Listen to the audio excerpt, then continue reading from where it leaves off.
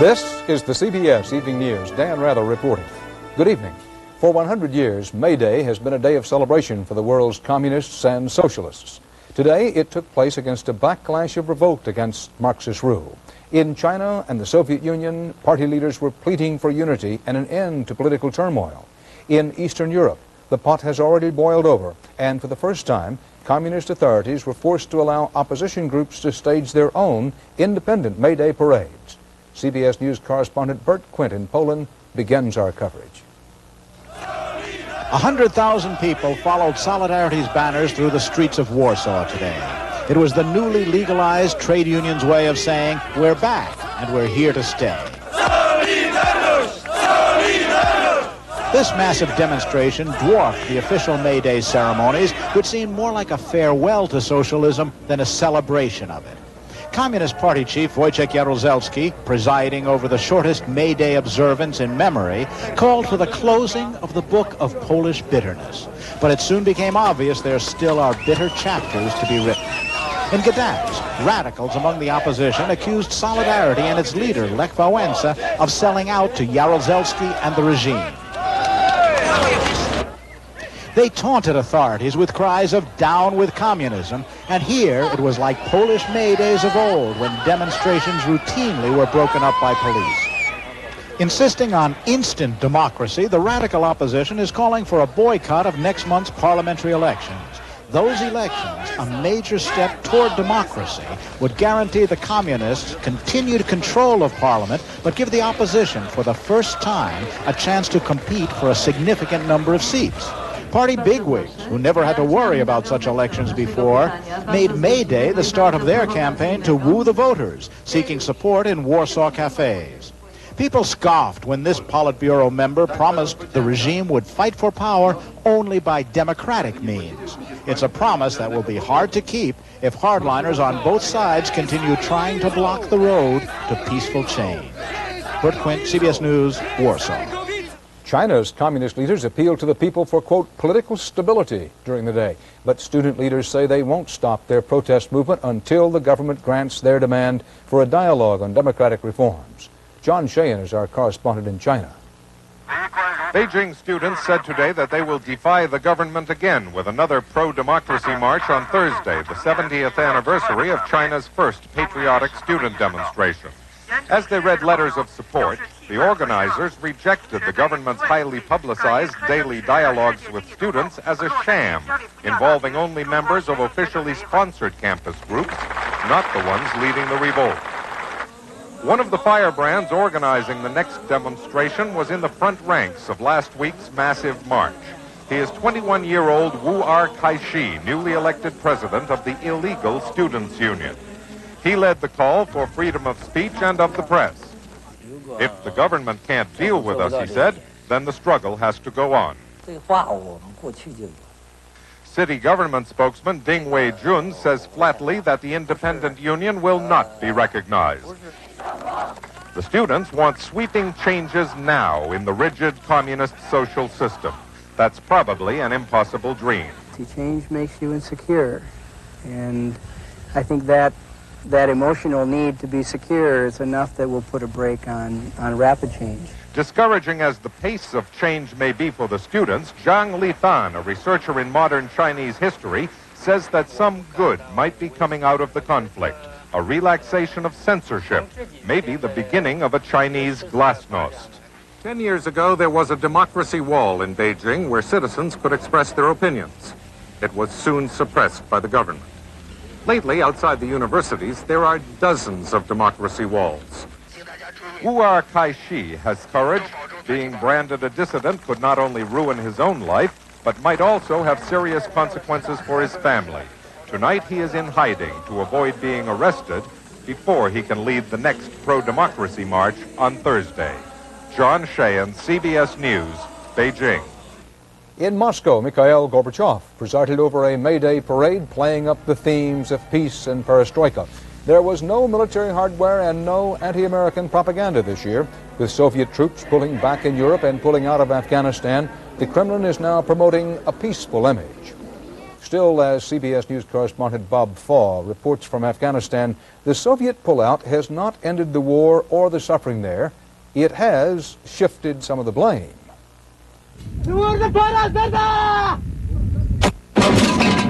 The guns of Afghanistan keep firing. And the casualty toll keeps climbing. In a hospital emergency room, an innocent bystander shot in the neck fights for her life. With Soviet troops now withdrawn, many here blame the slaughter on the U.S. In the marketplace and in mosques, why, they ask, is the U.S. still supplying guerrillas with weapons which prolong the war?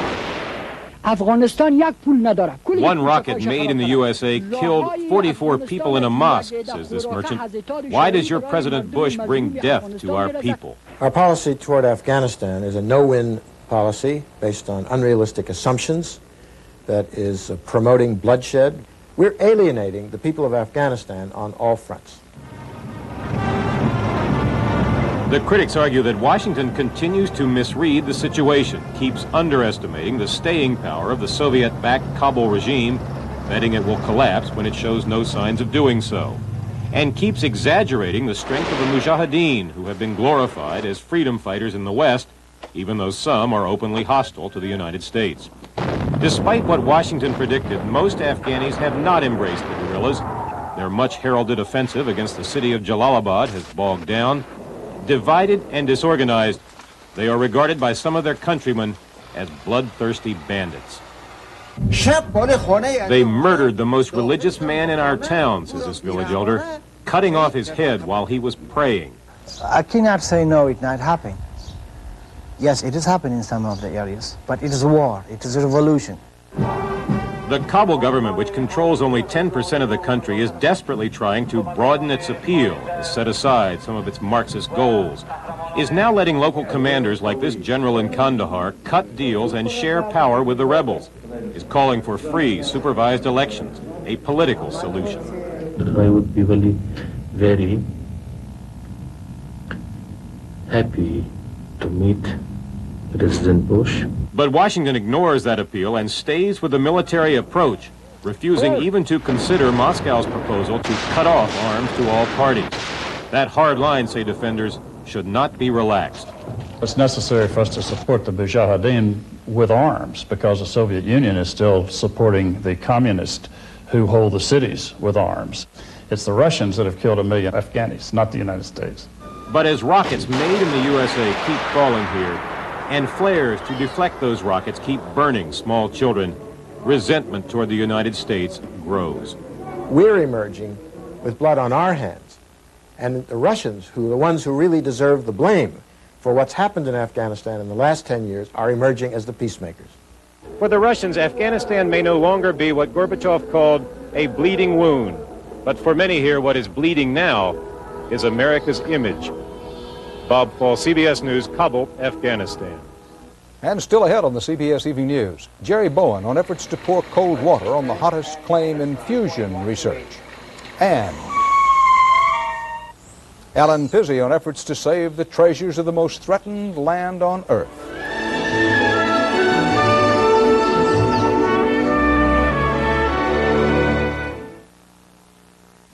April in Paris. He said he'd give me Paris wrapped up in ribbons, but he was young and poor.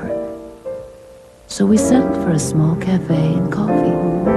Coffee so rich, I thought I'd never taste its like again. Discover the pleasure of rich French roast, new from Maxwell House.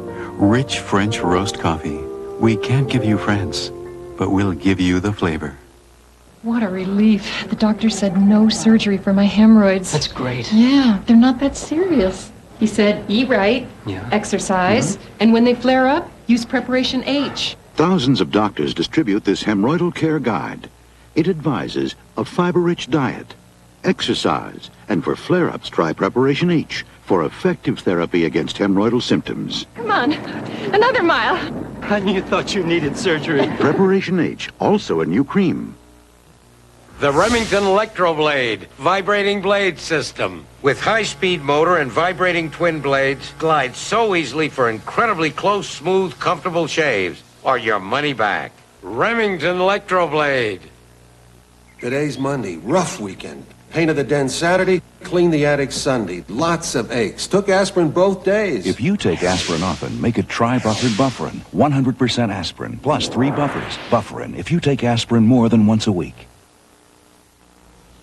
New challenge tonight to the Utah researchers who recently said they achieved nuclear fusion in a bottle. The scientific world has been in an uproar ever since the claim of a possible breakthrough toward achieving limitless supplies of clean nuclear energy from the fusion of atoms at room temperature. Not splitting atoms, as is done in today's nuclear power plants, fusing them. CBS News correspondent Jerry Bowen reports MIT researchers are now among the latest and heaviest doubters who say it's all just a flash in the laboratory pan. It's a nuclear reaction, fusion, that scientists the world over have been trying to detect for weeks now. But today the reaction turned nasty. Some of this country's major researchers raised new doubts about Utah's claim of cold fusion, suggesting that researchers Stanley Pons and Martin Fleischmann simply don't know what they're talking about. The scientific evidence presented does not support that claim. And Caltech scientists also joined the chorus today at the annual Convention of Physicists in Baltimore. I wish it were right. I think all of us here wish it were right. But science is an objective business, and when the wine goes sour, you have to pour it out. At the University of Utah, researchers Pons and Fleischmann are back in the lab and not talking to reporters. But today's news is not good, coming so soon after Georgia Tech's announcement last week that its claims of success were a mistake. Still, University of Utah officials say the latest criticism is not only unprofessional, it's unscientific. What some people are trying to do is compress 5.5 years of investigation by Pons and Fleischmann into 4 weeks, and that just doesn't work. You don't push science that way. The idea of room temperature fusion as the key to cheap, clean energy is not without supporters. Scientists at Texas A&M and Stanford claim to have duplicated parts of the original research. As have researchers in Italy, France, Czechoslovakia, the Soviet Union, and today, Abu Dhabi. The problem is no one's duplicated the entire Utah experiment. Another problem is that chemists are claiming success in an area dominated by physicists. If you look at the negative criticism, they come principally from physicists. In the end, there still may be something left of the cold fusion, even if it's not, the answer to the next century's energy problems. Despite the skeptics, the state of Utah has committed $5 million to figure out how to harness what's inside that jar. And university officials say the pioneers of cold fusion will announce even more achievements next week. Jerry Bowen, CBS News, Los Angeles. NASA has now rescheduled the launch of Space Shuttle Atlantis for Thursday afternoon. 2 faulty fuel system parts forced cancellation of the launch last Friday, 31 seconds before blastoff. Atlantis' main mission is still to send out the Magellan radar mapping spacecraft to explore Venus, the first planet-exploring mission by the United States in 11 years.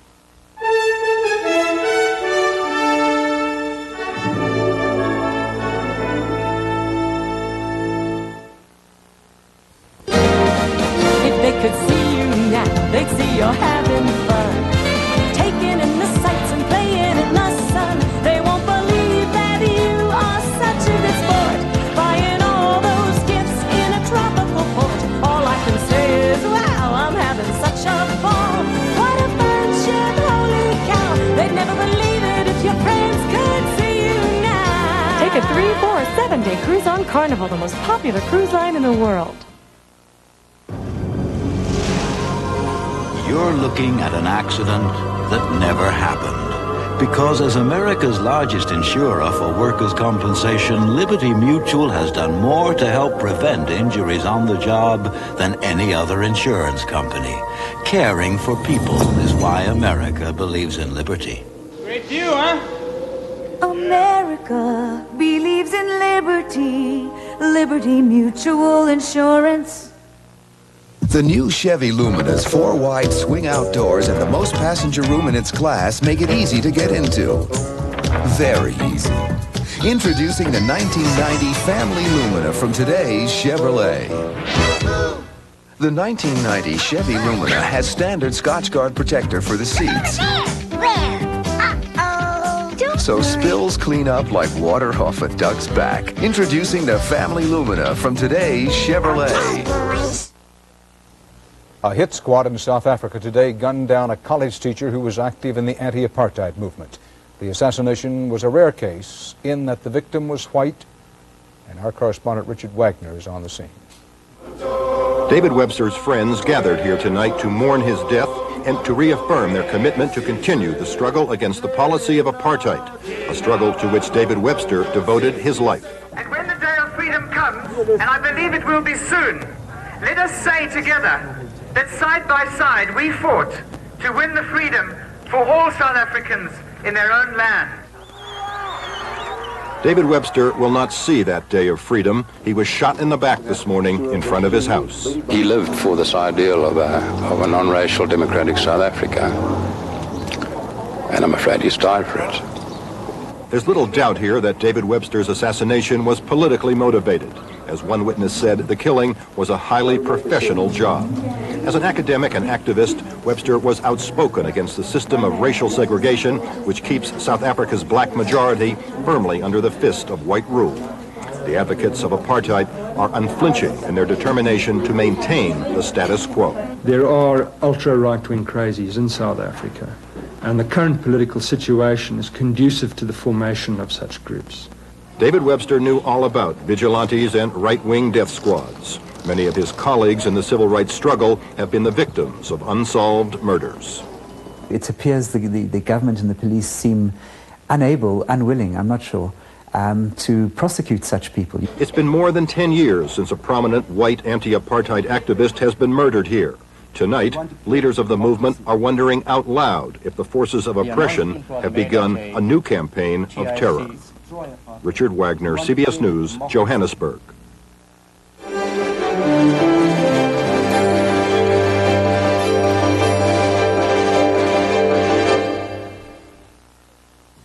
When you grip a Delta faucet, you get more than just water. You get a chance to express yourself. Do it right now, and Delta will foot part of the bill. Up to $35 toward installation costs. Call toll-free by May 31st for rebate details and our free brochure, because now's the time to grab the phone. And a great deal when you get a grip on yourself with Delta.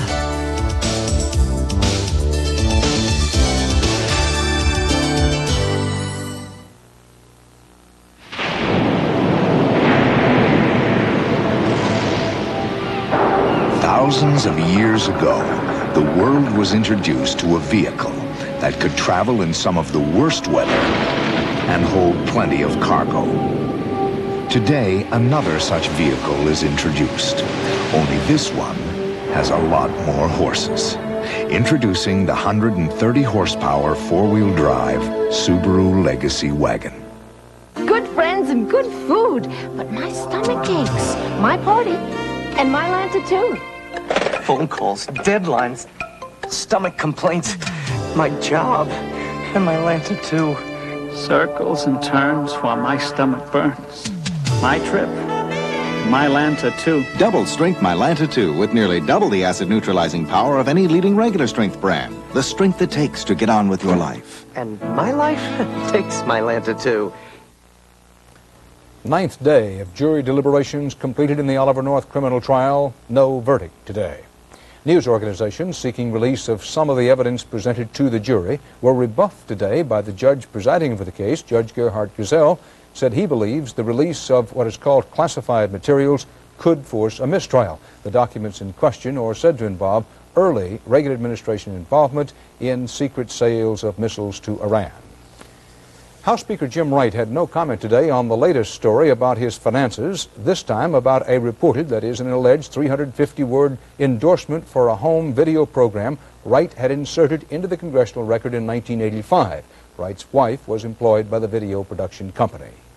CBS News correspondent Mark Phillips this evening looks beyond the Speaker Wright case to the general matter of shifting ethics and standards in the private lives of public officials. Is Washington having a morality attack? Jim Wright. I have not violated. John Tower. There was no clearly defined standard. A president early in his administration announcing a code of ethics. We need an unambiguous code. The ethics issue in Washington has formed a rare alliance of the left. We've got an ethics crisis. And the right. The whole system is facing an ethical crisis, and I think that, frankly, some good can come of it. To be sure, Jim Wright and John Tower were also convenient targets in partisan political battles. But the sense of ethical drift in Washington is strong. Some blame it on the lax attitudes of the Reagan years. Their attitude on ethics was anything goes. Do what you want. It does sort of gather momentum. You have the sex factor with the Gary Hart and the sleaze factor with so many of President Reagan's appointments. But others see the current ethical soul-searching as part of a more long-term trend, one dating back to Watergate, or beyond that, to Richard Nixon's 1950s slush fund troubles and his famous Checkers speech. It was a little Cocker Spaniel dog. All Americans know that politics can't be utterly pure. They simply pick moments when they say we don't want it either to be utterly impure. But are today's ethical questions limited to a few individual cases, or are they just a glamorous sideshow? Are the vast sums of money being thrust at Congress by special interest groups really the problem? You have legitimized, institutionalized corruption in Congress. Money from special interest PACs for campaigns, special interest honoraria fees that goes to members' own pockets, paid vacations, misuse of campaign money. This is the can of worms that many are worried the right case will open. It's why people are now talking about changing the rules and cracking down on contributions. I think the political community here understands, many of them do at least, that in fact they have to change that if they're going to have any confidence on the part of the American public in their government. What the public is doing is trying to ward off terminal cynicism, which is the last step before total apathy. The cynicism has already taken root. We shouldn't look for saints in public life. There are just too many temptations. The best to look for, as a rule, is able sinners. The House Ethics Committee is known to be investigating another half-dozen cases of alleged misdeeds by congressmen. Whatever the benefits of this current congressional morality play, it seems destined to go on for a while. Mark Phillips, CBS News, Washington. The U.S. Supreme Court today shifted more of the burden of proof to employers charged with sex discrimination to make them prove they did not discriminate. Today's 6-3 ruling came in the case of a woman who was passed over for a partnership in the accounting firm of Price Waterhouse. A round-the-clock guard has been placed on an ordinary-looking marble platter in bustling downtown Chicago, but a closer look reveals Rosie the duck nesting there in the bed of evergreens. Rosie laid a dozen eggs in the platter last month, and they're due to hatch any time now. As a migratory bird, Rosie is protected by federal law, and she can nest anywhere she wants. Thank you very much.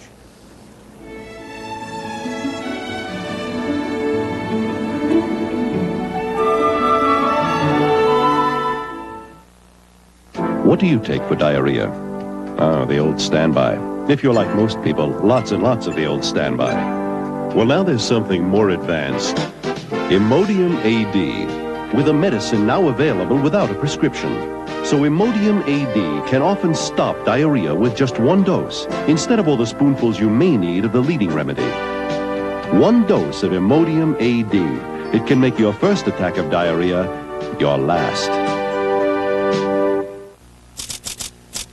Did you know that certain kinds of diet frozen foods get 40, even 50% of their calories from fat? Fat! Eat smarter. The one you can trust is Le Menu Lifestyle. Every serving is under 300 calories, helps you limit sodium, cholesterol, and is low fat. The only thing we didn't touch is the taste. Le Menu Lifestyle. Eat smarter. In 1977, Charlie Ewell bought a brand new John Deere. Can I drive it someday, Dad? Someday, Tommy, someday. Years passed, and the John Deere was still running strong. Can I drive it now, Dad? Have to be a little bigger, son. Today, Charlie's John Deere still runs like the day he got it. Here's your big chance, son. Sounds fun, Dad. See ya. Which points out two things. You can count on a John Deere running for years and years. And you can count on being the one running it. Pope John Paul ended a 4-day trip to Madagascar today, a unique island caught in a conflict between its natural environment and the needs of its people. During his visit, the Pope defended the Church's ban on artificial birth control. He also called for an international effort to try to save the island's environment. But the pontiff was confronting a paradox because the growing human population of Madagascar is a deadly threat to that environment. CBS News correspondent Alan Pizzi reports.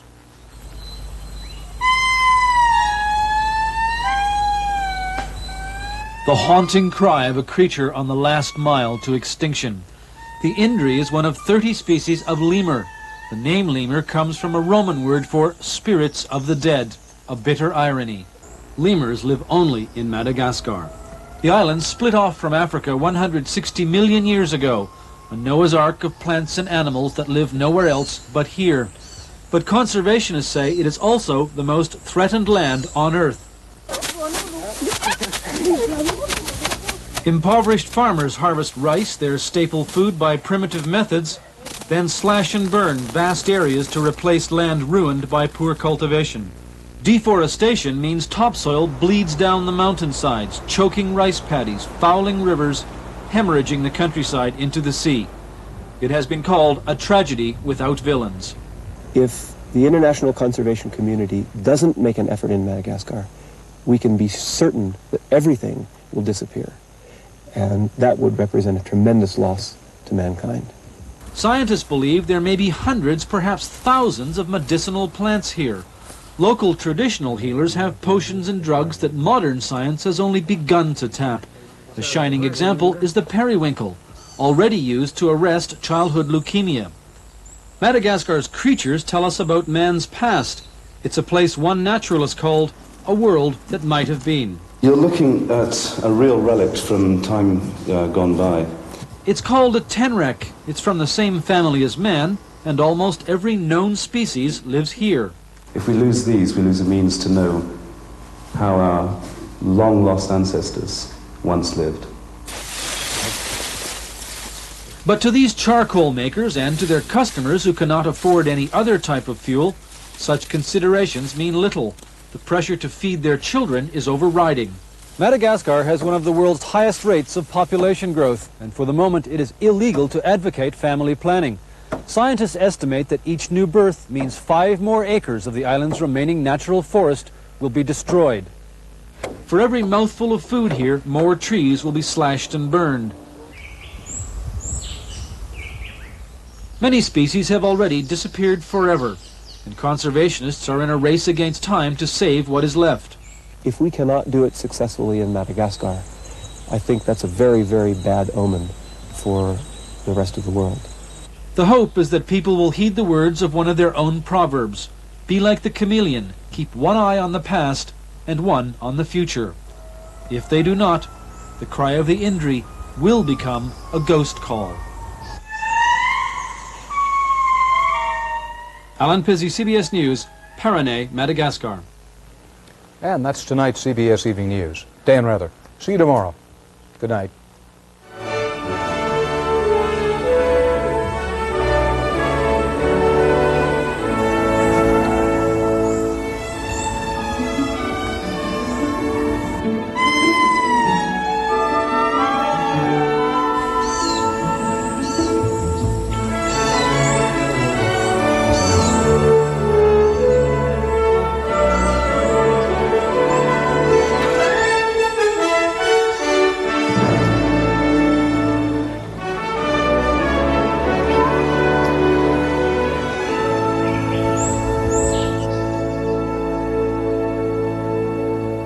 I'm Harry Smith. And I'm Kathleen Sullivan. Tomorrow, manager Frank Robinson. His Orioles have gone from worst to first. Also, John Ritter and Susan Day on CBS This Morning. This is CBS.